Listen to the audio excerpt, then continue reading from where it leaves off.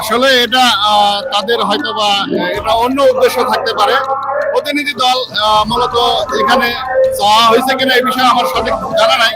তবে বিষয়টা হলো যে আমরা যে আন্দোলন করতেছি, আমাদের মূল উদ্দেশ্য হলো আমরা প্রতিষ্ঠান এমপিওভুক্ত করতে চাই এবং সরকার মহোদয়ের কাছে আমার অনুরোধ এই প্রতিষ্ঠানগুলো যেন একযোগের স্বীকৃতিপ্রাপ্ত সকল প্রতিষ্ঠান এমপিওভুক্ত করেন।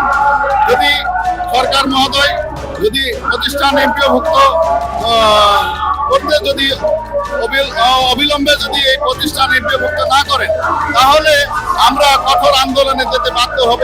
আমরা এর পরবর্তীতে আমরণ অন্বেষণ দিয়ে আমরা আন্দোলনকে আরো বেগবান করবো আর কি। তো আমাদের প্রতিষ্ঠান দীর্ঘদিন যাবৎ আমাদের অচল হয়ে যাচ্ছে। ছাত্রছাত্রী আমরা টিকা ধরে রাখতে পারতেছি না, শুধুমাত্র আমরা অভুক্ত থাকার কারণে আমরা প্রতিষ্ঠানের প্রতি সঠিকভাবে নজর দিতে পারতেছি না। প্রতিষ্ঠান আমাদের ধীরে ধীরে নষ্ট হয়ে যাচ্ছে। তাই আমরা চাই সরকার মহোদয় যেন এই প্রতিষ্ঠানগুলোকে টিকিয়ে রাখার জন্য আমাদেরকে এমপিওভুক্ত করে দেওয়া হয়।